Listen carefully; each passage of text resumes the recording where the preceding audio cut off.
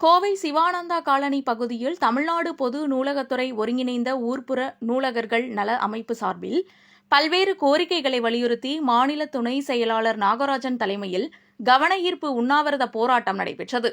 கோவை மண்டல அளவில் நடைபெற்ற கவனஈர்ப்பு போராட்டத்தில் கோவை, நீலகிரி, ஈரோடு, திருப்பூர், நாமக்கல், சேலம், கரூர், தருமபுரி உள்ளிட்ட பல்வேறு மாவட்டங்களைச் சேர்ந்த நிர்வாகிகள், உறுப்பினர்கள் உட்பட ஏராளமானோர் ஆர்ப்பாட்டத்தில் கலந்து கொண்டு பல்வேறு கோஷங்களை எழுப்பினர்.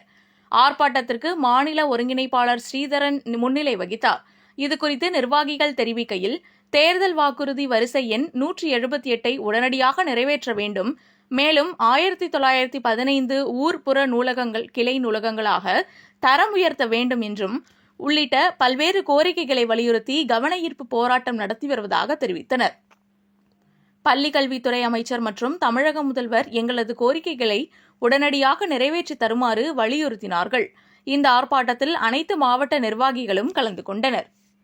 எல்லாரும் அதப்படி இதப்படின்னு ரெக்கமெண்ட் பண்ணுவாங்களே தவிர கேரண்டி எதுவும் தரமாட்டாங்க. ஆனா நம்ம அமிர்தால ஹோட்டல் மேனேஜ்மெண்ட் படிச்சா 100% ஜாப் கேரண்டி இருக்கு. அமிர்தானாவே அஷ்யூர்ட் ஜாப் தானே. தமிழ்நாடு அரசு பள்ளி கல்வித்துறையின் கீழ் இயங்கும் பொது நூலக இயக்ககம் பொது நூலகத்துறையில் சுமார் 1006 ஊர்ப்புற நூலகர்கள் பதவி உயர்வு, காலமுறை இல்லாமல் 13 ஆண்டுகளாக மிகவும் குறைந்த ஊதியத்தில் நாங்கள் பணியாற்றி வருகிறோம். கடந்த மாதம் தஞ்சாவூர் மண்டலத்தை தொடர்ந்து இன்று 29 மாவட்டங்கள் உள்ளடக்கிய மாநிலம் முழுவதும் 3 மண்டலங்களில் கவனஈர்ப்பு உண்ணாவிரதம் நடைபெற்று வருகிறது. இன்று கோயம்புத்தூரில் 8 மாவட்டங்கள் இணைந்து இந்த கவனஈர்ப்பு உண்ணாவிரதத்தை நடத்தி வருகிறோம். இதன் முக்கிய நோக்கம் என்னென்னா, தமிழ்நாட்டில் முழுவதும் உள்ள 1915 ஊர்ப்புற நூலகங்களை கிளை நூலகங்கள் தர வேண்டும். தேர்தலுக்கான வாக்குறுதி வரிசை 178 நிறைவேற்ற வேண்டும். இந்த கோரிக்கையை வலியுறுத்தி தான் இன்று ஊர்ப்புற நூல்களின் கவனஈர்ப்பு உண்ணாவிரதம் நடைபெற்று வருகிறது. எங்களின் சுமார் 70% பேர் 50 வயதை கடந்தவர்கள். தற்காலங்களில் 80 ஊர்ப்புற நூலகர்கள் இதுவரை இறந்துள்ளார்கள். பணி விதிகள் மற்றும் பணி வரமுறை இல்லாததால் அவர்களுக்கு மற்ற அரசு ஊழியர்கள் கிடைக்க வேண்டிய எந்த பயனும் கிடைக்கப்படவில்லை. கருணை பணியும் கிடைக்கப்படவில்லை. அதே போல சுமார் 70 ஊர்ப்புற நூலகர்கள் பணி ஓய்வு பெற்றுவிட்டார்கள்.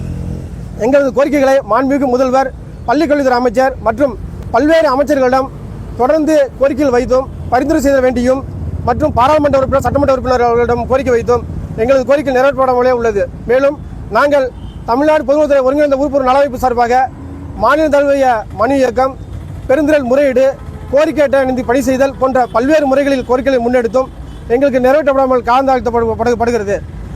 இந்த அரசு நூல்கள் மீதும் நூலகங்கள் மீதும் வாசிப்பு மீதும் மிகுந்த அக்கறை கொண்டுள்ளது. அப்படி இருக்கும்போது எங்களது ஊர்ப்புற நூலாகிய ஒரு 1000 பேருக்கு எங்களது பதவி உயர்வும் காலமுறை ஊதியம் வழங்கிட வேண்டியும் இந்த கோரிக்கையை முன்வைத்து இந்த தமிழ்நாடு முழுவதும் அரசின் கவனத்தை ஈர்க்கும் வகையில் இந்த உண்ணாவிரதத்தை நடத்தி வருகிறோம். நன்றி.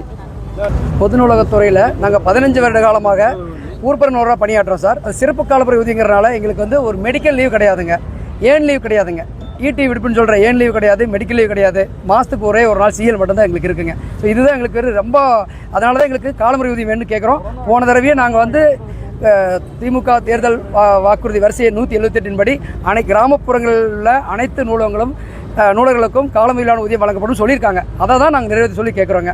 இன்னொரு கோரிக்கை என்னன்னு கேட்டிங்கன்னா, தரம் உயர்த்துங்க, நூலகங்கள் வந்து தகுதியுள்ள நூலகங்களை தரம் உயர்த்தி கொடுங்கன்னு கேட்குறோம். இதுதான் எங்கள் கோரிக்கை. மாண்புமிகு முதலமைச்சர் ஐயா அவர்களையும் பள்ளிக்கல்வித்துறை அமைச்சர் அவர்களையும் உயர்திரு இயக்குநர்களையும் கேட்டுக்கொள்வது என்னவென்றால், எங்களுக்கு 1000 பேர் தான் இருக்கிறோம். எங்கள் 1000 பேருக்கு விரைவில் காலமுறை ஊதியம் கொடுக்குமாறு வேண்டி விரும்பி கேட்டுக்கொள்கிறோம். நன்றி, வணக்கம்.